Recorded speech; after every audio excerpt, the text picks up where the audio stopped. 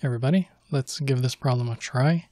So we have this frame and there's a fixed support at A and the load over here at E. So what do we do? The strategy, you just break it apart. Right, so let's break it apart. So there's the vertical part, the horizontal part, and then the diagonal one. Just draw it over here. Okay, so then let's go one at a time. So for the horizontal part, there's B, C, E. For the vertical one, there's A, C, and D. And then for the diagonal one, there's B and D. Okay, so before we draw anything, there are forces acting at 3 different points for this one. There are forces acting at 3 different points for this one. There are forces acting at only 2 points for this part. So it's either like this or like this. There's no other possibility. They have to be equal and opposite. Otherwise, the member of that frame is going to accelerate vertically or horizontally, or it'll rotate, which we'll save that for next semester when things are dynamic. If it's static, there's no way this part could have any acceleration. So we call this a two-force member.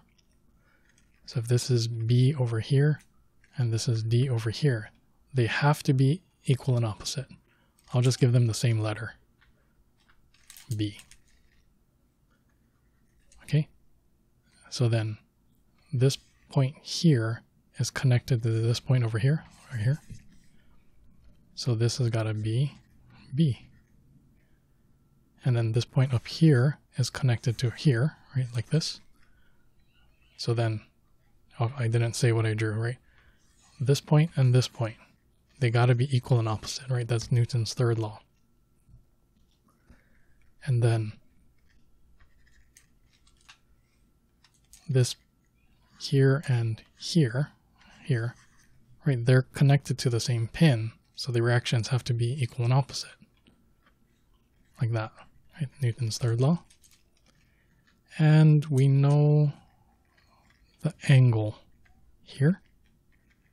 Well, I don't know it right now, but we can get it, right? This angle right here. That's got to be arctangent of opposite over adjacent. 3/4. Okay, so we can get the angle. Now let's keep on going. So there's a load here. That's 200 pounds. That's known. Okay, and then there's a reaction here at C. So let me pick coordinates. And then I'll just decompose the reaction here into X and Y components. So this is connected here, right? So then since I drew it this way here, I have to draw them equal and opposite here, right? Because Newton's third law, right? Equal and opposite. And then there's a fixed support here at A. So I'll decompose AX, AY, and there's got to be a couple over here because it's fixed support, so it can provide a torque, a restoring torque. Okay, so I think we got everything. Okay, so then let's, let me clear this to make more space, because B equals B, done. Okay, so for this, we can write, let me move these around so I have more space.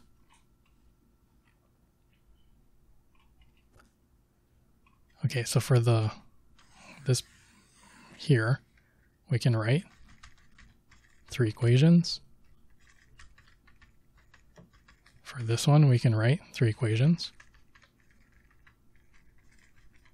Okay, so let's start here. So in the x direction, Cx minus b cosine theta plus ax equals 0. In the y direction, negative b sine theta plus cy plus ay equals 0.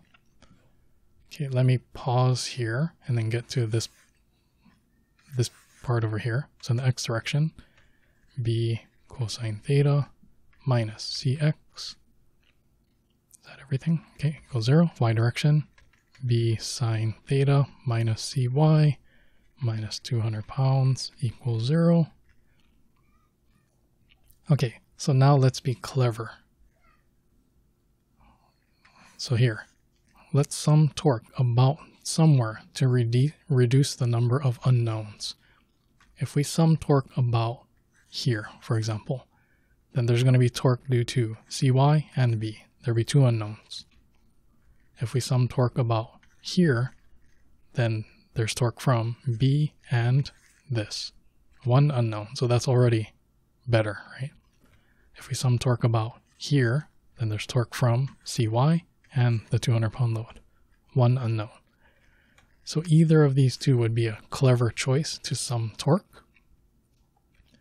So I'm just going to pick one of them. How about C?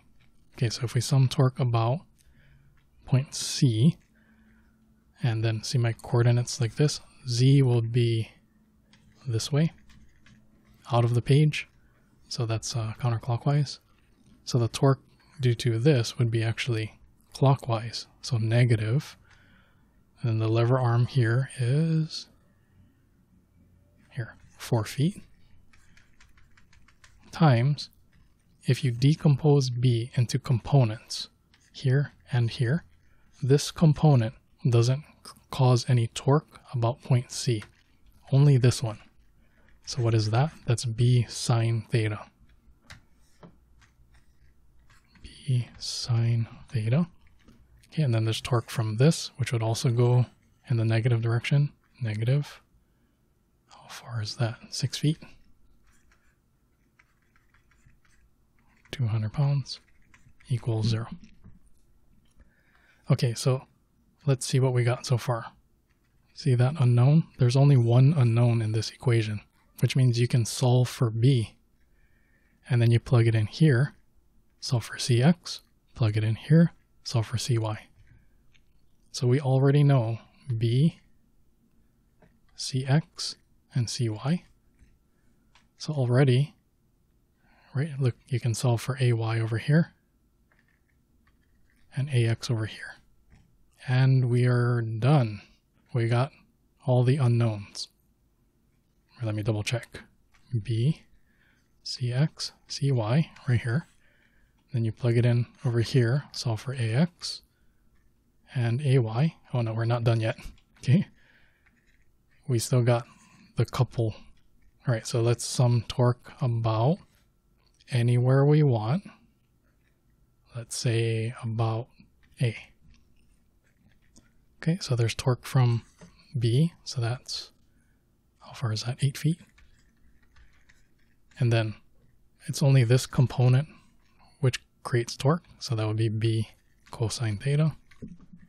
And then there's torque from Cx in the negative direction. That's 5 feet. And then there's no torque from Ax about point A. There's no torque from Ay about point A. Then there's that couple, which is in the positive direction, plus Ma equals 0. Okay, and then again, we already know B and Cx, so the only unknown left, that. Now we got all of the unknowns. Okay. All right, hope that's helpful. Keep on studying. See you in the next video.